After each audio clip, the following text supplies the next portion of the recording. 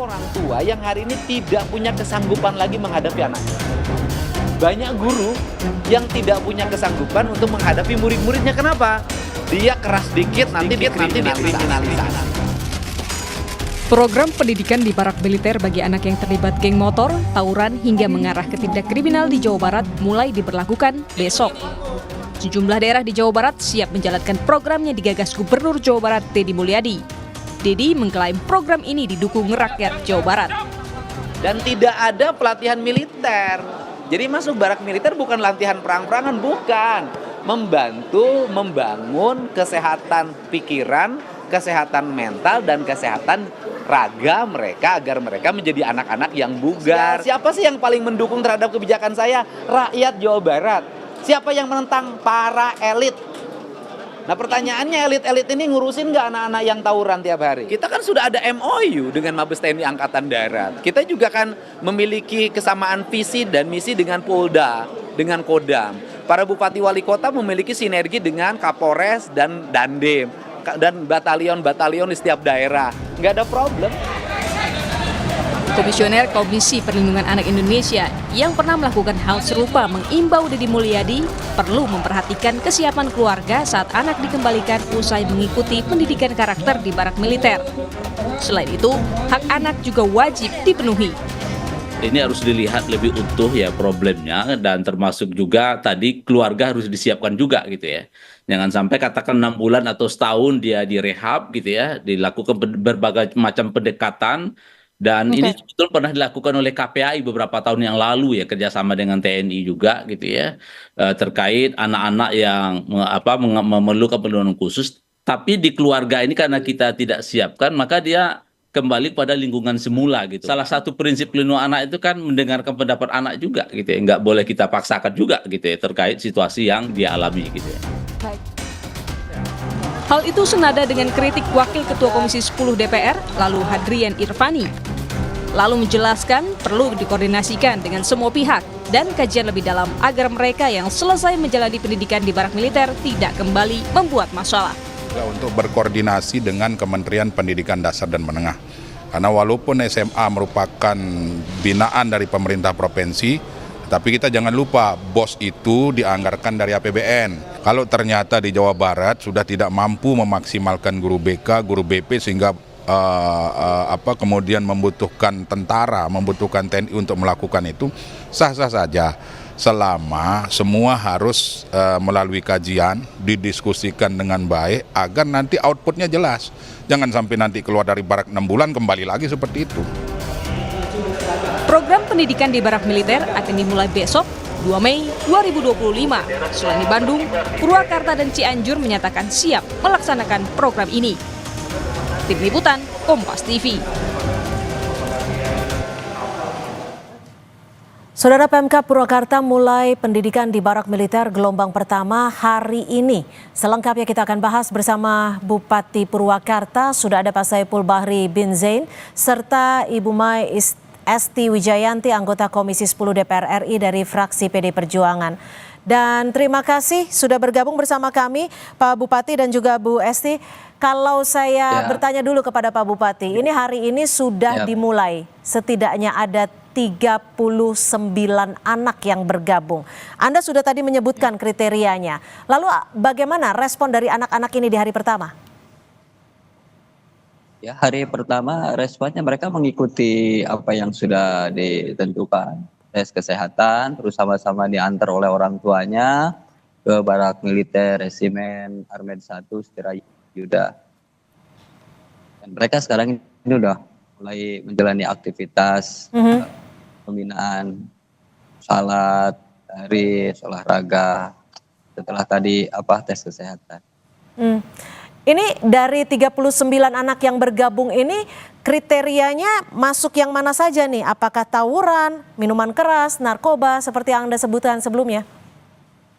Jadi begini, jadi di saat nih para guru, orang tua, dan kami semua yang ada di Purwakarta mengalami keresahan terhadap perilaku anak-anak kita ya, yang ya diantaranya ada yang tawuran, ada yang sering bolos sekolah, kan gitu, ada yang terus dia nongkrong lama datang ke sekolah tapi bilangnya ke sekolah tapi ternyata nongkrong. Ya. Nah, ini kan para orang tua, terus para guru, mereka mengalami keresahan harus pakai cara apa lagi. Nah, di saat termasuk kami juga mengalami itu, Pak Gubernur Jawa Barat itu mengatakan kalau memang orang tuanya sudah tidak mampu lagi, sudah untuk mengatasi mereka ya titipkan saja ke barak militer. Nah, ketika Pak Gubernur menyampaikan itu, nah kami merasa lega, jadi ada jalan keluar. Sehingga kemudian kami umumkan pada orang tua yang merasa sudah tidak mampu mengurus anaknya, terus mau dititipkan, silahkan daftarkan. Dan mereka 39 ini dengan sukarela orang tua itu menitipkan. Oke. Dan saya bilang itu akan dititipkan di barak militer dan mereka menitipkan semuanya.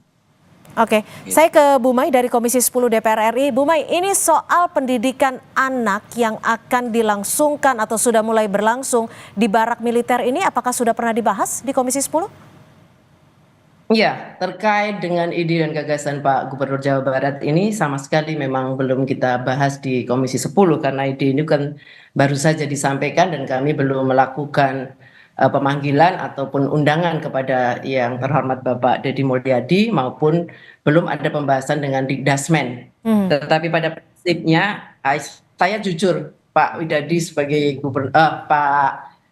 Bupati tadi menyampaikan, Bupati Purwakarta menyampaikan, mengapa ya saya rasanya mau menangis begitu. Dari awal ini seolah-olah anak-anak ini sudah mendapat diskriminasi.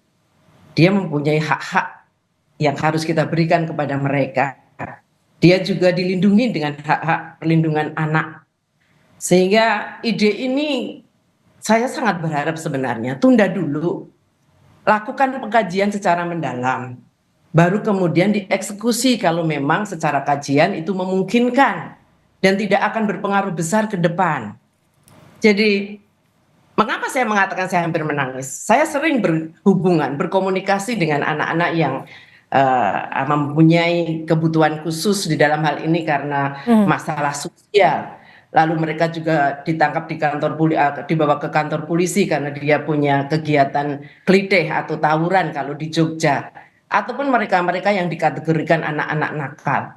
Ketika kami berjumpa, kami bisa memahami, oh anak ini datang dari keluarga secara ekonominya sebenarnya mampu. Tetapi orang tuanya ternyata tidak memberikan waktu yang cukup. Oh anak ini keluarga dari yang single parent. Ternyata dia melakukan kelakuan seperti ini karena perhatian terhadap anak tersebut kurang. Oh ternyata yang ini terhadap lingkungannya atau lingkungannya mendukung untuk dia berbuat sedemikian karena tidak terkontrol oleh orang tua maupun guru.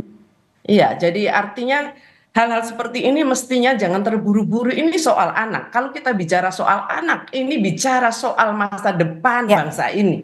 Ini dari satu kabupaten saja tadi sudah dikatakan 39 anak. Apakah mereka nanti tidak akan mendapat cap ketika keluar dari situ? Gitu. Jadi saya merasa bahwa saya nggak tega ketika kemudian harus mengatakan ini harus begini-begini dengan pendidikan secara militer, kami tangkap. Barak militer begitu. Pak Saiful, bagaimana Anda merespon dari kekhawatiran Ibu Mai dan juga kekhawatiran bahwa program ini sejatinya dikaji dulu, ditunda dulu? Ini kan bukan pendidikan militer, tapi kita titipkan di barak militer. Nah, kenapa kita titipkan di barak militer? Karena masyarakat percaya, orang tuanya dipercaya. Ketika mereka sudah tidak mampu lagi mengatasi. Coba Ibu bayangkan, bayangkan kalau jadi saya di Bupati Purwakarta, tiap hari anak-anak di tawuran, saling bacok. Bahkan ada yang kakeknya sendiri, yang dia urus nih anaknya karena orang tuanya tidak ada, dari bayi merah, dia pergi malam pulang pagi, ketika ditegur langsung dibabat habis itu kakeknya. Ibu akan melakukan apa ketika ini terjadi? Ketika para orang tua ini dia sudah merasa tidak mampu lagi ketika dia menegur kemudian anaknya melawan. Satu-satunya jalan mencari lembaga yang terpercaya menurut orang tua siswa itu, ini akan bisa mengatasi. Walaupun untuk dan mereka menyerahkan dengan sukarela. Itu mereka.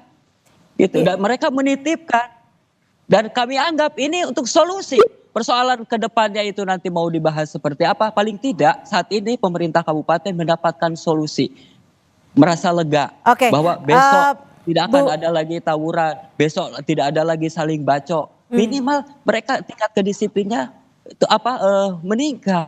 Oke, Kan Bu bukan Esti. di tempatnya aja yang berbeda, dia tetap sekolah, gurunya datang, kan gitu, gurunya datang nanti itu ke sini, Hmm. ke Barak Resimen. Oke, Jadi bagaimana Bu sekolahnya Esti? Kami tangkap Dan Pak kita Bupati. tidak sebutkan sebagai anak nakal di situ, Ya. tapi itu perlu perhatian khusus. Dan mereka senang, orang tuanya Oke, senang loh. kami tangkap nitipin Pak Bupati.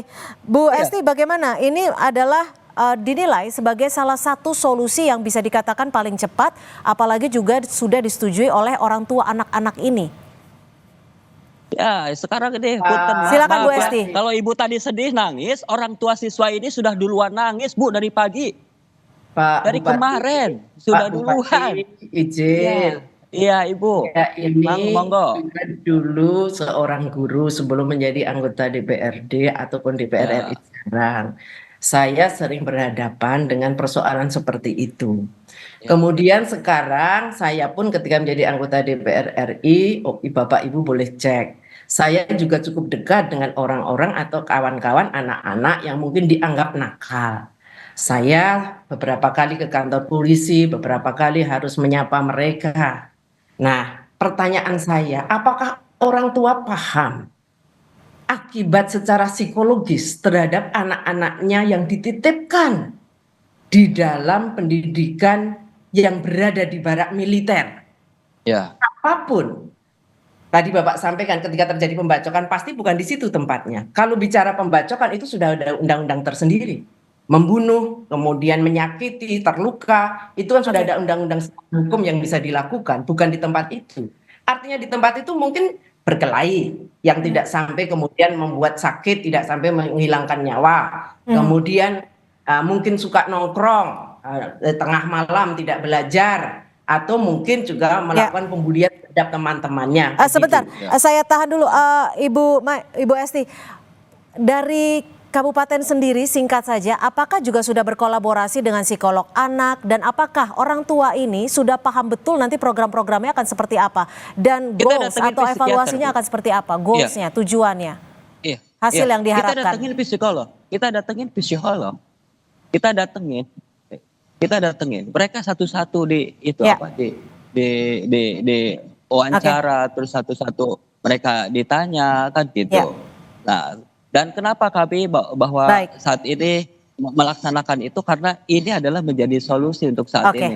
Nah, persoalan nanti kemudian setelah 2 minggu misalnya orang tua ini misalnya hasilnya seperti apa, itu nanti Bu kita kaji lagi. Yang pasti adalah orang tua sekarang nyerahkan ke kami dengan sukarela, senang hati, dan mereka mempercayakan pada kami, dan Ibu nanti lihat setelah 2 minggu. Baik, kami tangkap Pak Bupati Purwakarta, Pak Saipul Bahri bin Zain, dan juga Ibu Mai Esti Wijayanti, anggota Komisi 10 DPR RI, sudah bergabung di Kompas Petang. Selamat sore.